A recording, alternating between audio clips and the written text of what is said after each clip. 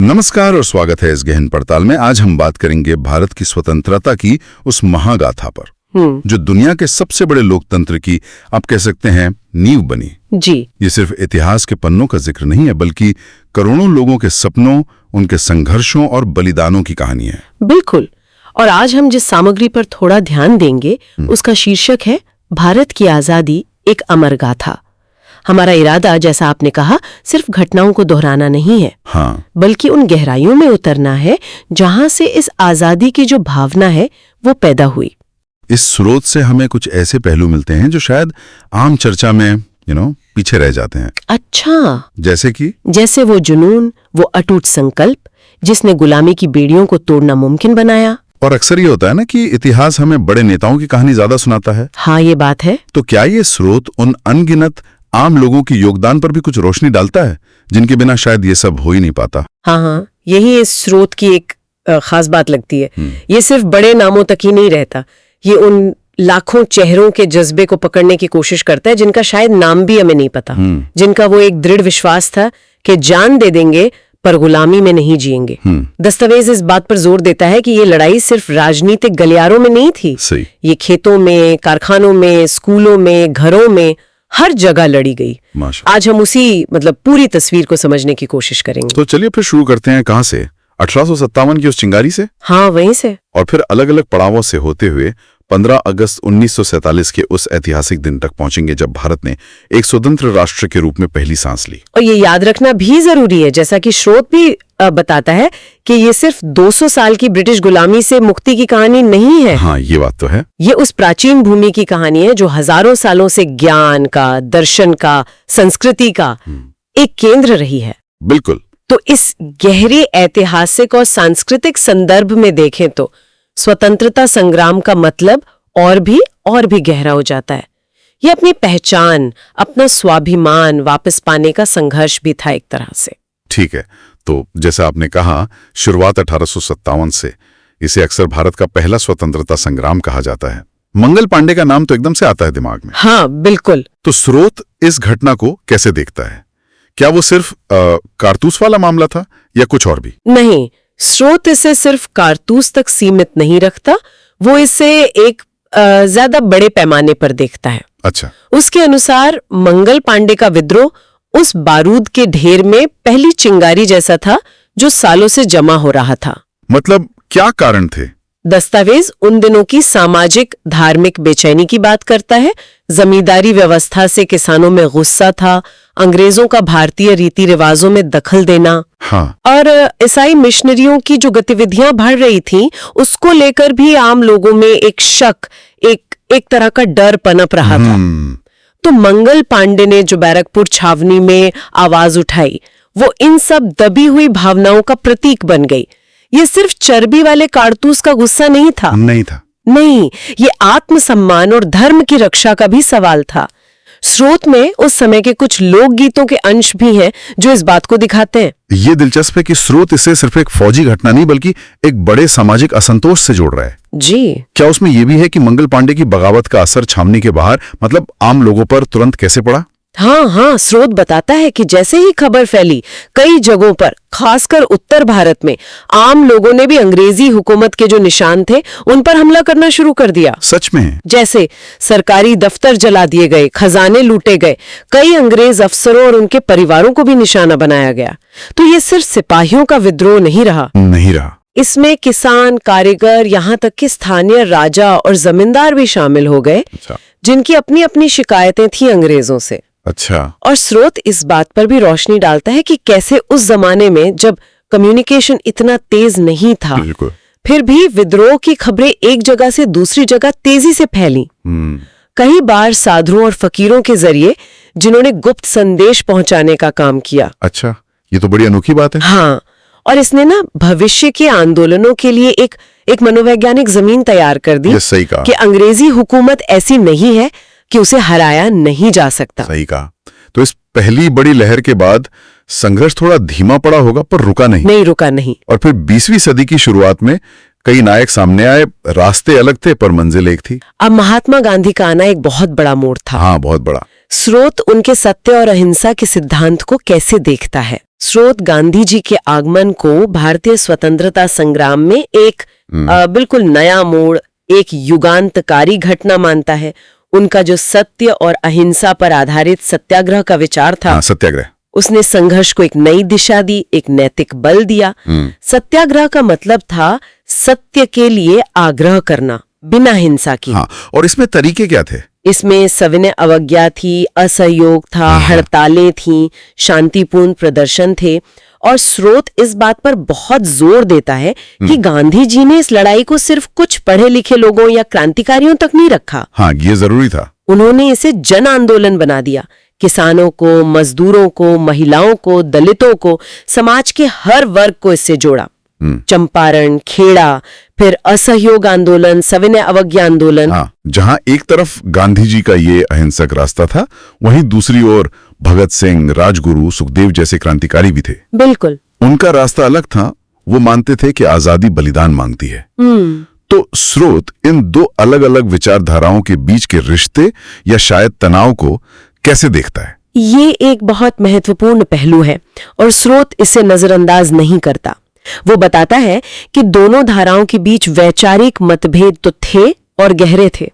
गांधी जी क्रांतिकारियों के हिंसा के रास्ते से सहमत नहीं थे और क्रांतिकारी गांधी जी के तरीकों को शायद बहुत धीमा या अप्रभावी मानते थे। लेकिन स्रोत ये भी बताता है कि जमीनी स्तर पर अक्सर इन दोनों धाराओं के बीच एक अनकहा सम्मान और एक तरह का पूरक संबंध भी था। अच्छा, कैसे? जैसे गांधी जी ने भगत सिंह और उनके साथियों की देशभक्ति और साहस की तारीफ की, भले ही वो उनके तरीकों से सहमत नहीं थे। सही। और दूसरी तरफ क्रांतिकारियों के बलिदान ने आम जनता में जोश भरा और कहीं ना कहीं अहिंसक आंदोलन के लिए भी एक तरह का दबाव बनाया।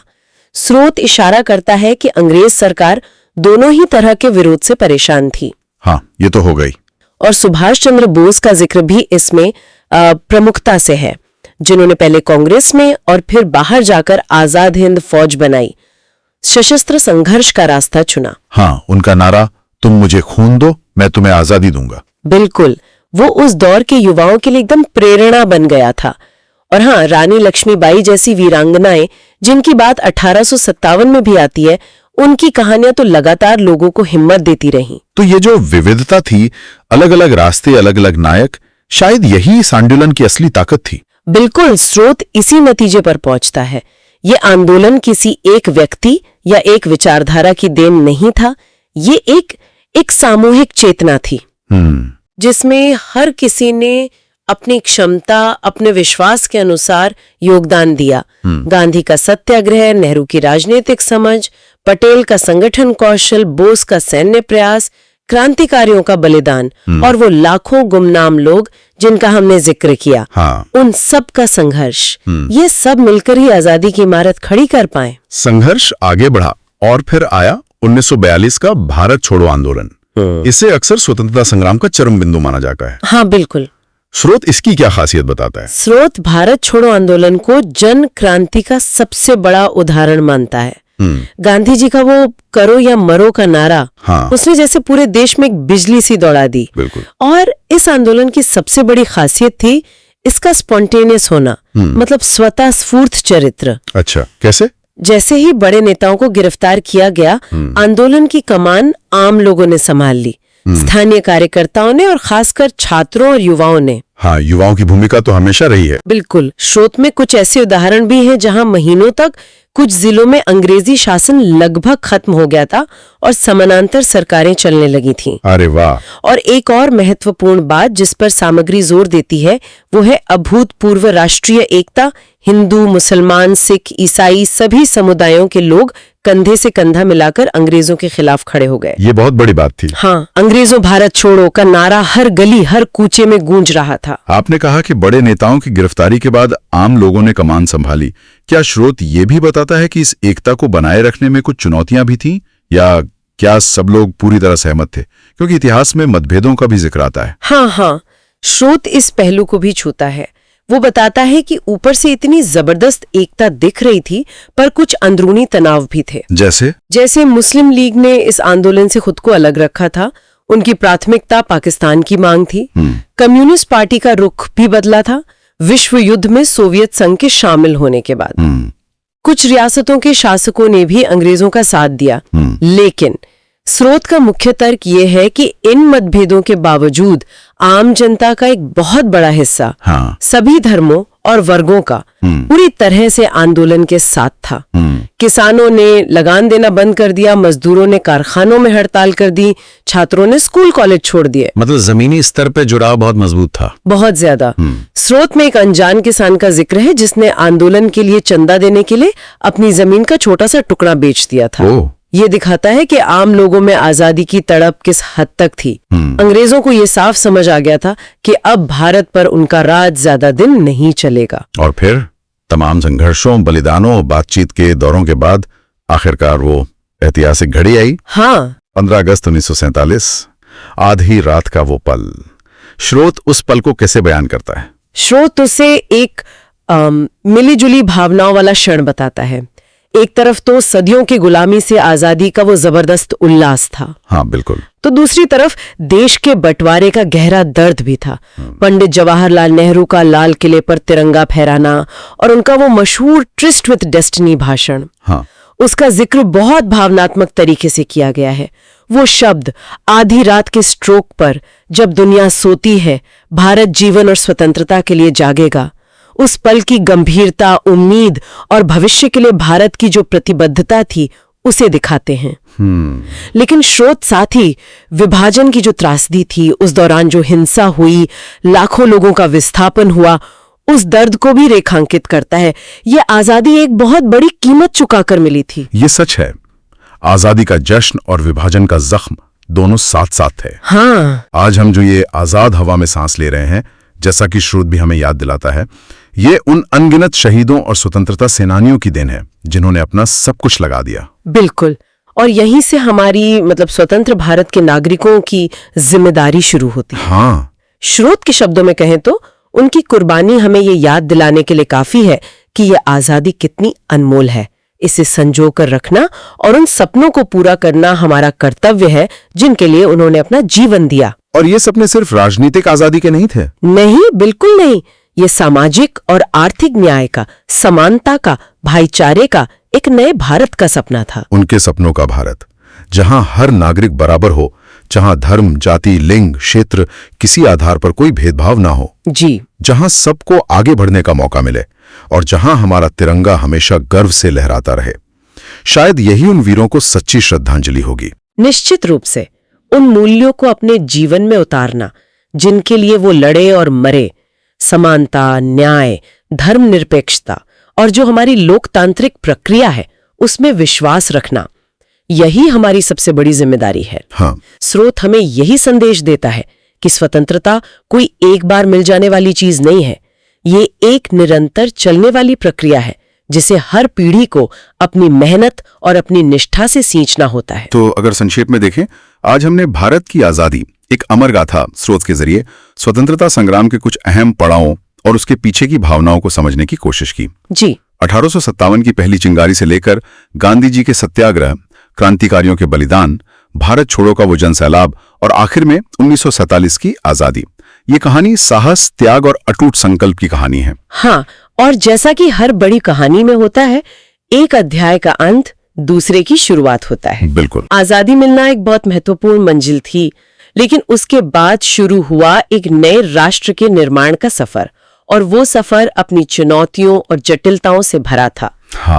खासकर उपमहाद्वीप का विभाजन। बिल्कुल, विभाजन ने भविष्य के लिए कई नए सवाल खड़े कर दिए, और हमारी अगली जो पड़ताल होगी वो इसी मोड़ से आगे बढ़ेगी। अच्छा, किस विषय पर? हम बात करेंगे भारत पाकिस्तान संबंधों में धर्म की भूमिका पर। ओह, ये तो वाकई एक बहुत पेचीदा और महत्वपूर्ण विषय होगा, खासकर आजादी की कहानी के ठीक बाद। बिल्कुल।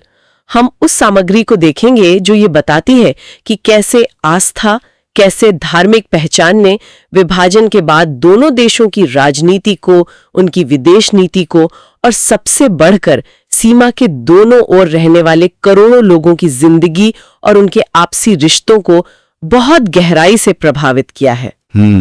तो कहानी अभी खत्म नहीं हुई है, उसके कई और पहलू हैं, कई परतें हैं जिन्हें समझना जरूरी है।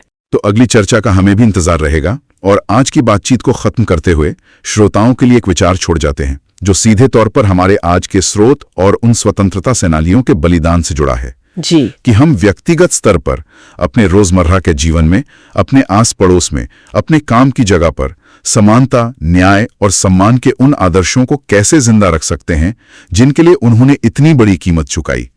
इस पर सोचिएगा जरूर। भारत माता की जय। जी।